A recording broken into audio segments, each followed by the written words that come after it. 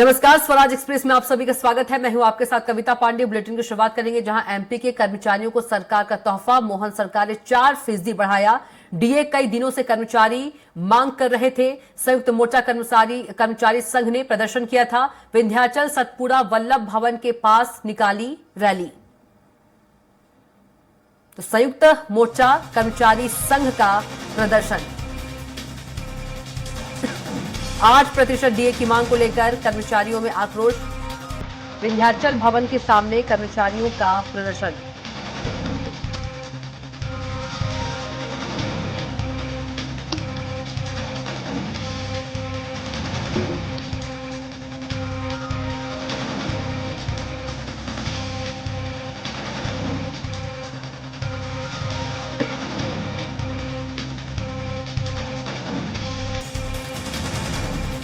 विंध्याचल सतपुड़ा वल्लभ भवन के पास रैली निकाली। रैली में बड़ी संख्या में शामिल हुए कर्मचारी।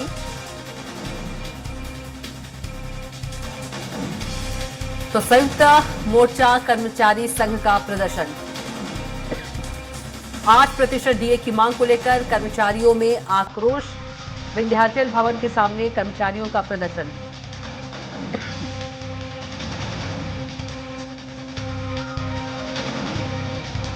रैली में बड़ी संख्या में शामिल हुए कर्मचारी।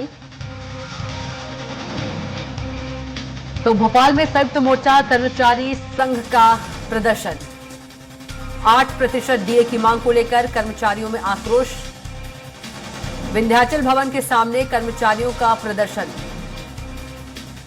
विंध्याचल सतपुड़ा वल्लभ भवन के पास रैली निकाली।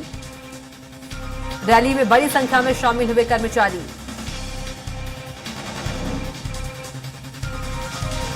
और इसी खबर पर ज्यादा जानकारी के साथ हमारे संवाददाता संजय डोंगर डीवी सीधे जुड़ गए हैं। संजय का रुख कर लेते हैं। संजय, क्या कुछ जानकारी खबर को लेकर कर्मचारी जो है प्रदर्शन कर रहे हैं? बिल्कुल कविता, मैं आपको बता दूं कि इन कर्मचारियों में, क्योंकि हम देख रहे थे इससे पूर्व अगर 2023 की बात करें तो तब भी मुख्यमंत्री शिवराज सिंह चौहान हुआ करते थे। उन्होंने घोषणा की थी कि कर्मचारियों को 4% दिया जाएगा, दिया जाएगा। लेकिन उसके बाद भी कर्मचारियों को कई बार बता दिया गया कि हाँ देना है। कई बार कैबिनेट हो गई लेकिन प्रस्ताव पास नहीं हुआ। फिर आ गया विधानसभा चुनाव। विधानसभा चुनाव में भी सरकार ने यही कहा था कि चुनाव आयोग से परमिशन लेके फिर 4% दिया जाएगा, लेकिन वो भी मांग पूरी नहीं हुई। उसके बाद अब केंद्र सरकार ने फिर 4% डीए बढ़ा दिया गया है। उसके बाद कर्मचारियों को जो 8% डीए ड्यू हो गया था उसको लेकर कर्मचारियों में कहीं ना कहीं आक्रोश था। आप देख सकते हैं इस टाइम अगर मैं आपको दिखाऊं तो यहाँ बड़ी संख्या में कर्मचारी एकत्र हुए थे। अब क्योंकि रैली खत्म हो गई है और कर्मचारी क्योंकि स्वराज का लाइव चल रहा है इसलिए अपनी अपनी बात रखने के लिए यहाँ पर उपस्थित है। और यही है कि कर्मचारियों ने आज कई सालों बाद ये कह सकते हैं कि वैसे आक्रोश तो दिखाते रहे लेकिन आज बड़ी संख्या में सभी विभागों के कर्मचारी सड़कों पर निकल आए थे और अपनी 8% डीए की मांग को लेकर कहीं ना कहीं विरोध जता रहे थे। 4% डीए की घोषणा जरूर हो गई लेकिन उसके बाद भी आदेश भी निकल गए, लेकिन कर्मचारियों में नाराजगी है। आधा अधूरा क्यों? भाई कर्मचारी नेता भी मेरे साथ है, कर्मचारी भी है, उन्हीं से बात कर लेते हैं। भाई साहब, 4% डीए के तो आदेश हो गए लेकिन कर्मचारी खुश है क्या? देखिए, हम खुश इसलिए नहीं है कि ये कोई हमारी भीख नहीं है।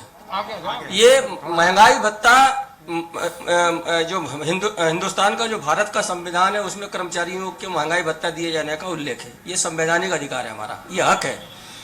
ये जो 4% महंगाई भत्ता था वो जो विधानसभा की चुनाव की आचार संहिता में मध्य प्रदेश सरकार ने निर्वाचन आयोग से अनापत्ति चाहिए थी डीए देने के लिए। निर्वाचन आयोग ने अनापत्ति दे भी दिया था, उसके बावजूद भी 3 महीने सरकार ने लेट किया। चूंकि हमने दबाव बनाया, पूरे प्रदेश में संयुक्त मोर्चा ने आज ज्ञापन का कार्यक्रम रखा था। हमें तो सोमवार तक की उम्मीद थी कि सोमवार को जो कैबिनेट हुई थी मध्य प्रदेश सरकार की, उस कैबिनेट में हमें मिल जाएगा। नहीं मिला तो हमने निर्णय लिया कि हम प्रदर्शन करेंगे। कल कैबिनेट की बैठक 4 बजे समाप्त हुई है। उस कैबिनेट की बैठक में आज तक का इतिहास है कि कैबिनेट की बैठक में विषय आता है कि कर्मचारियों को डीए देना चाहिए, नहीं आया। आज सरकार ने 4% महंगाई भत्ता देकर यह साधने की कोशिश की है कि 4% महंगाई भत्ते से प्रदेश का कर्मचारी खुश हो जाएगा। मैं आपके माध्यम से सरकार से कहना चाहता हूं कि मध्य प्रदेश इकलौता ऐसा राज्य है जहां के कर्मचारियों को पिछले 7 सालों से पदोन्नति नहीं दी जा रही है। मध्य प्रदेश इकलौता राज्य ऐसा है जहां के कर्मचारियों को 7वें वेतनमान के हिसाब से जो पुनरीक्षित गृह भाड़ा भत्ता मिलना चाहिए 30 के देश के 31 राज्य दे रहे हैं। मध्य प्रदेश इकलौता राज्य अपने कर्मचारियों को गृह बड़ा भत्ता रिवाइज नहीं कर पाया है। मध्य प्रदेश में अनुकंपा नियुक्ति के हमारे हजारों प्रकरण आज लंबित हैं। आज सरकार को ये लगता है कि 4% महंगाई भत्ता से प्रदेश का कर्मचारी खुश हो जाएगा। तो मैं संयुक्त मोर्चा का अध्यक्ष हूं, मैं खुद इस निर्णय से खुद नहीं हूं।